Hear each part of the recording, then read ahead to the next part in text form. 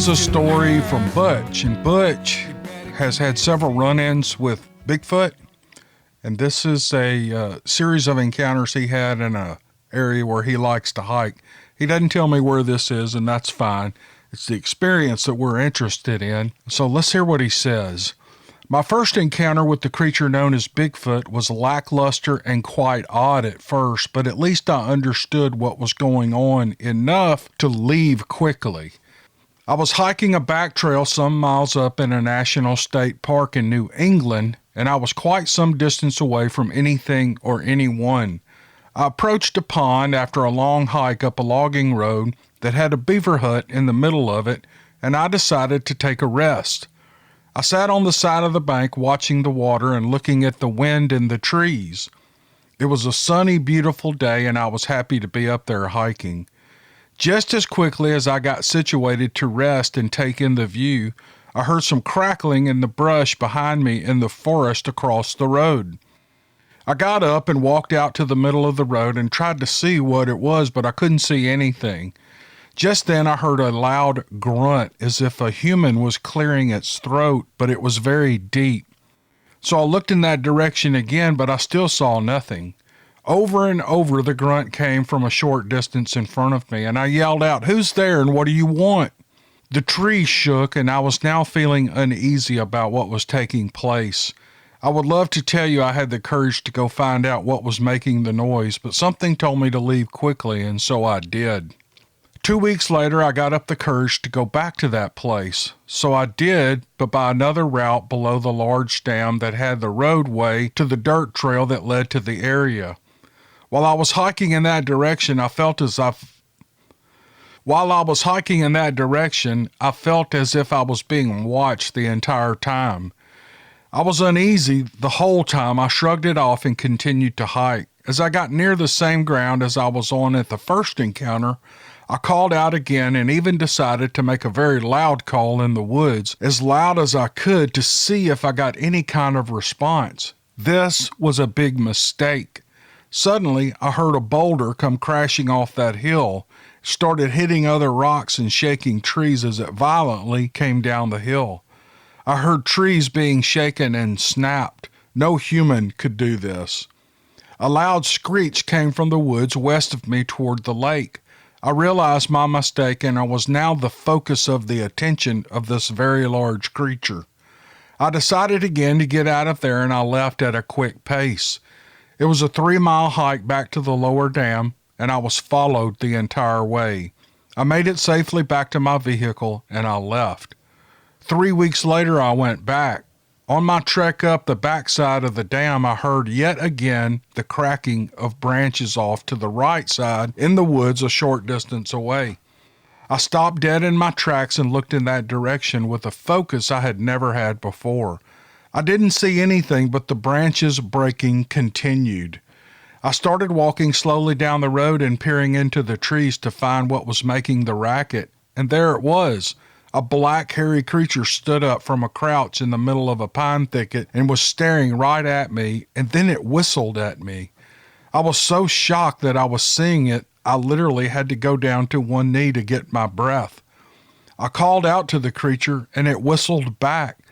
I was also greeted by another call from the woods to the rear and the left of this first creature. I could only see the lower half of the second creature. Then a third creature, further back in the woods out of my line of sight, began what I can only describe as chest thumping. I realized I had stumbled onto a family unit of Bigfoot. I didn't understand what they were trying to get across to me. I made the assumption they wanted me to leave. In fear of being attacked, I once again exited the woods quickly and quietly. I was changed forever. I realized I was not at the top of the food chain. Seeing one is a spectacular experience. Just the appearance of one of these things creates great respect. It seemed to me they were being aggressive to give me a warning, maybe to just warn me to stay away. I got the message loud and clear, and I quickly left. This was 8 years ago, and I've been looking for them ever since. I have one dull, blurry picture of one, and have also had a run-in with them in another part of the park some 20 miles away to the north. I believe they are human. I wanted to submit this story to show people that their aggressive behavior is, for the most part, to get you to leave the area. I now know that they are there, and I have a sense of their strength and power. This creature has put me in awe of their very existence. I will continue to hike the forest, and I hope to see one again someday soon. Butch, that's a great story. You are very persistent. You apparently your curiosity overcame you, and it's still kind of itching away at you so that you want to go back. I think that's awesome, man. Up in New England, up in the northeastern part of the United States. Again, we don't know where. But it's a great story. I hope you get a picture of one sometime. He did say in his preface that he wasn't in this for money or fame or notoriety. He just wanted to let people know that if there's an aggressive charge or some kind of aggressive behavior, they're pretty much just trying to get you to leave. And if you stick around, you might see something different. So, I don't know. He thinks they're human. There's a few people out there that think they're some kind of branch of the human species. I don't know. I don't know what Bigfoot is. Until we get some good data on these things, we're really never going to know. But opinions are good, and they're fine, especially from an eyewitness. All right, let's go to another story. This email is from Joey, and Joey writes, "At the time of this incident, I lived in southern Illinois, and I must have been no older than 11 years old. The house my family lived in at this time was completely surrounded by woods on each side, with a long blacktop driveway that ran up a hill to a nearby lake. This was a small neighborhood, and the woods ran everywhere around it, and even connects to the more rural areas around the Mississippi River. We weren't superstitious people. We hunted a lot, and we explored the woods around the area, and nothing ever seemed out of the ordinary. My bedroom faced the driveway side of my house, and below the window sat a very large patch of gravel and assorted small rocks. Around 3 a.m. one morning, I woke to a horrible smell. The best way to describe this smell was skunk mixed with spoiled milk. If you can imagine what that smells like, it was bad. I even smelled it in my dream that I was having, and it woke me up. I don't know if it's common for people to smell stuff in their dreams, but that's the only time I ever had. When I turned to face my window, I saw it. A huge black figure illuminated by our approach lights was standing in front of my window. The window's height was at least 9 feet, and the figure was covering all of the window. Normally, I would have thought it was a person, except I could see the outline of long hairs hanging from its entire body. I freaked out, and I let out a screeching scream, not knowing what was happening. After the scream, it pounded on the window frame a couple of times and seemed to shake my entire room. And then it turned away, and I heard its massive footsteps in the gravel as it walked off. Moments later, my dad came running into the room asking what was wrong, and I told him there was something outside my window. We both went to the garage, which extended past the window, and looked out the glass door. The gravel was disturbed, and the approach lights were still on, but we didn't see anything. I'm now 22 years old, and to this day I get goosebumps just thinking about it. My parents chalked it up to friends playing a prank, and I believed that for a long time. But deep down I knew no 11-year-old could hit a wooden window frame surrounded by a brick wall that hard, or, for that matter, cover the entire window with just their body. I know it's not the best story compared to others I've heard on your channel, and maybe even not even as believable, but I truly believe a Bigfoot was outside my house that night. Joey, that story is just as good as any other story we get. They're all great. They're all encounter stories, and they're all good. I don't know. From your description, it sounds like what everybody else describes as a Bigfoot. So I think there was probably maybe one living in your area, looking in your window, checking out what's going on inside that house. I mean, who can be sure, but you know more than anybody what you saw. And I'm sure that image is burned in your memory. So I know it was scary for you, and I know it still gives you goosebumps. And I appreciate you letting us all hear the story. It was great. Thanks, Joey. Here's a story from a man who wants to keep his name private. He writes, I'm a 62-year-old truck driver. I have to lay in bed most days for about 18 hours because of my severe back pain. During those hours, I entertain myself by listening to old-time radio and YouTube videos. I especially enjoy your videos. I love listening to the stories that you tell. I've listened to most of them 2 or 3 times. Thanks, man. That just blows me away. Oh well. I'm a believer in cryptid things. I encountered one or something close to one about 40 years ago. There's really not much to tell. It was around 1:30 in the morning, and I was getting off Route 702 onto Eastern Avenue in Essex, Maryland. I would also like to add that I was completely sober. There was no alcohol or drugs in my system. The ramp had a wooded area to the right, and on the left was a high grass and some trees. I was doing about 30 miles an hour when something came flying out of the woods to my right. This creature leaped out right in front of me. I slammed on my brakes.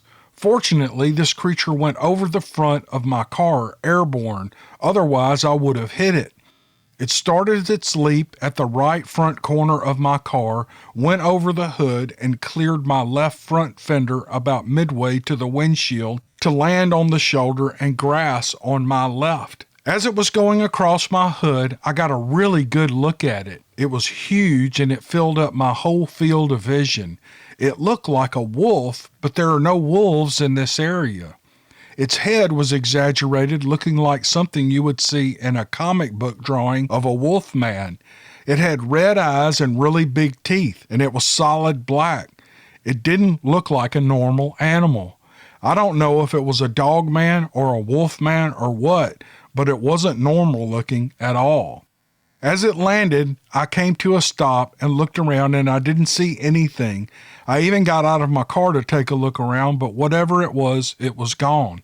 I was left with a feeling that I had just seen something evil. I don't know why, but it was a gut feeling that I was left with. Brother, I think you did come in contact with something evil. Something that looks like a wolf man right out of the movies, right out of a comic book. You know, I hear a lot of stories about Dogman, and we've got several stories to do and have done several stories about Dogman.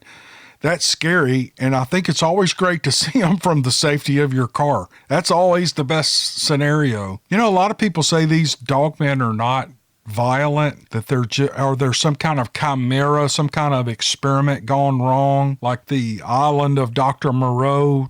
I don't really know. There's not just a ton of information on Dogman, but people see these things all the time. I mean, there's tons of stories about them. That was really good. I appreciate it, and it was a good story. Thanks, truck driver. I appreciate you. Here's an email from Danny, and Danny writes, I've been a Bigfoot enthusiast since I was a teenager, and I saw the Patterson-Gimlin film. I'm almost 69 years old now and still just as enthusiastic. I want to share a few things with you that don't necessarily have to be put in your show.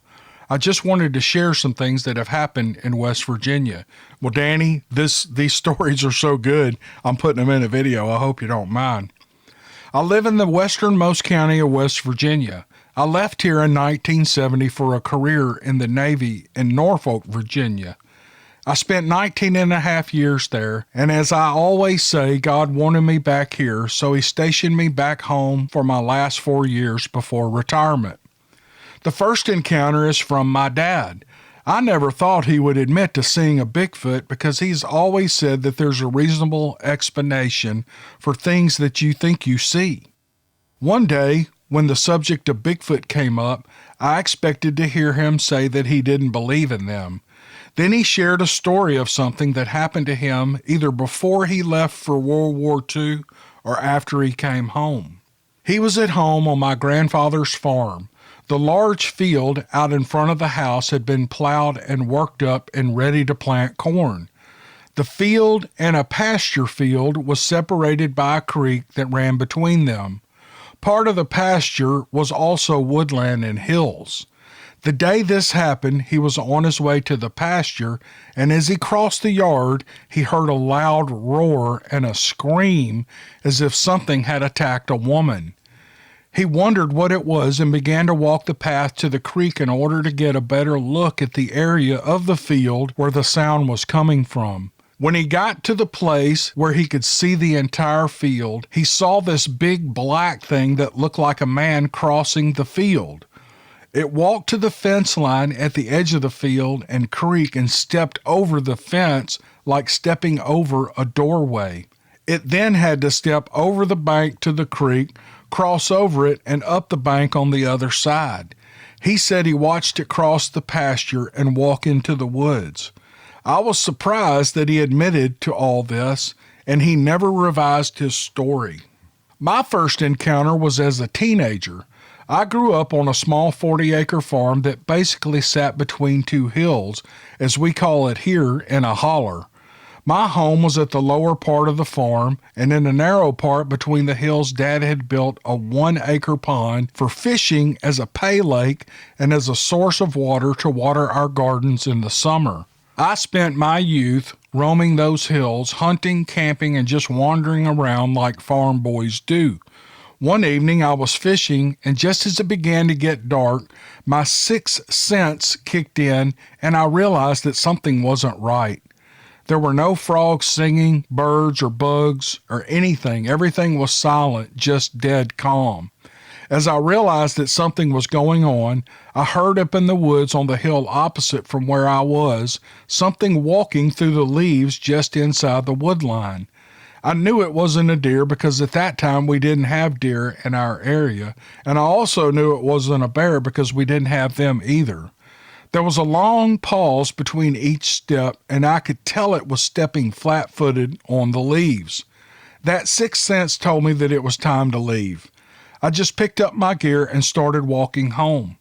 The sound followed me until I got to the dam of the lake and started walking down the road to the house, and it just stopped.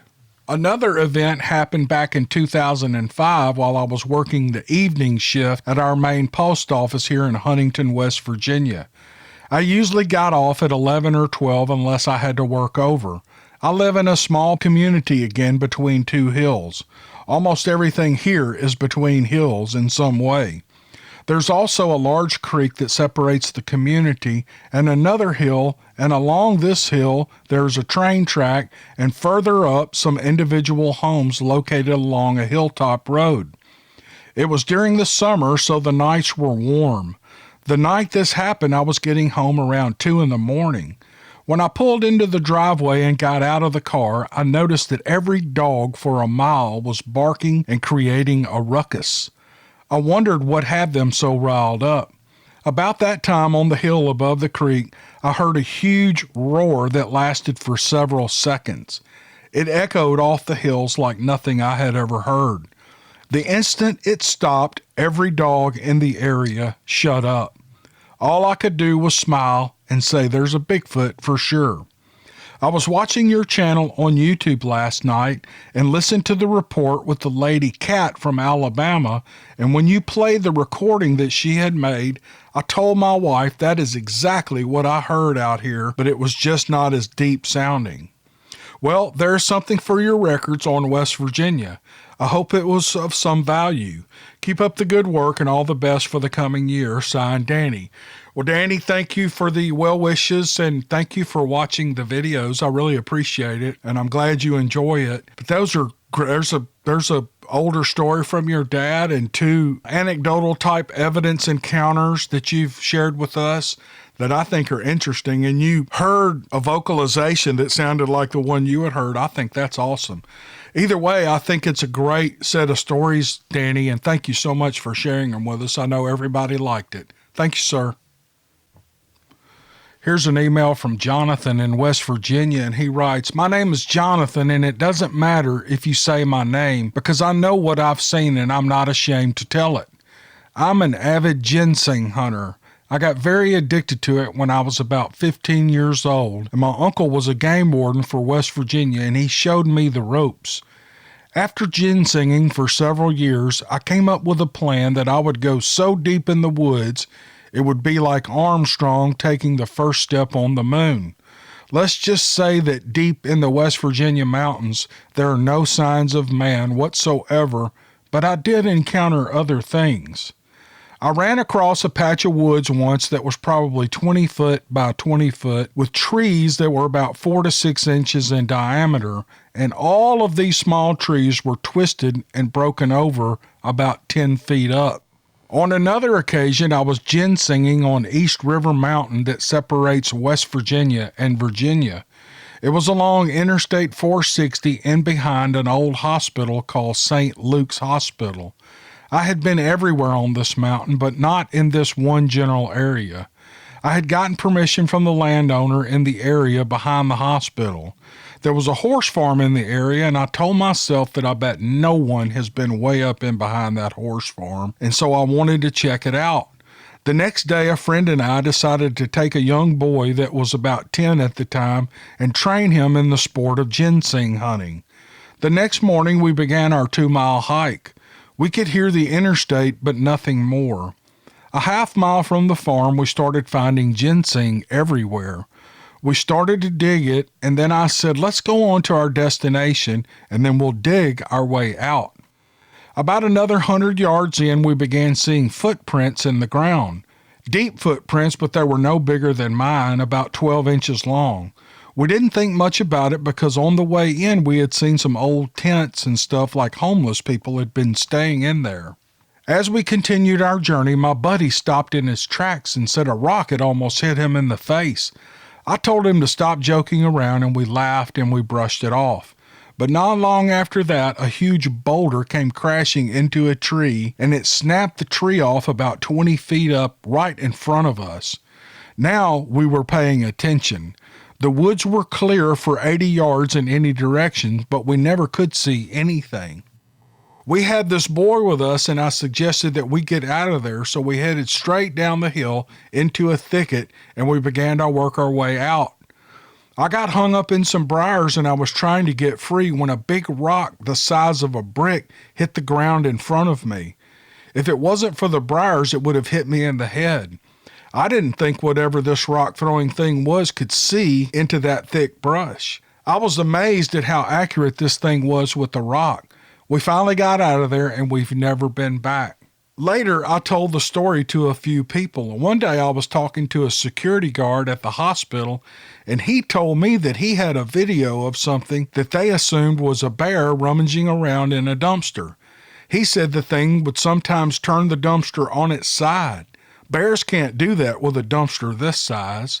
That's all he ever told me, but I think he knew more than he let on.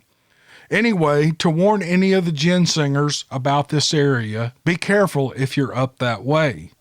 On another encounter is once when my father and my brother and I were bow hunting in a remote area close to Bull Falls, West Virginia. We started out about 4:30 a.m., and when we got there, we discovered that my brother and I had left our lights at home.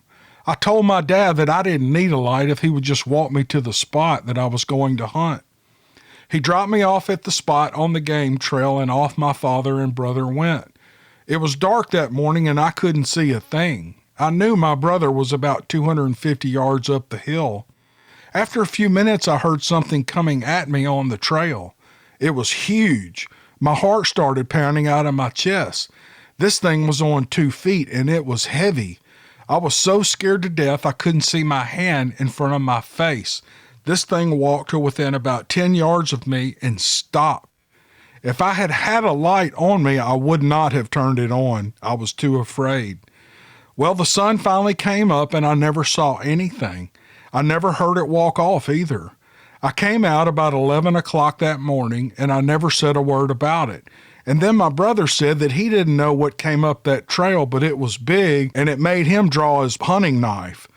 Whatever it was moved on, and the two of us heard it in the dark. I will never forget that morning as long as I live.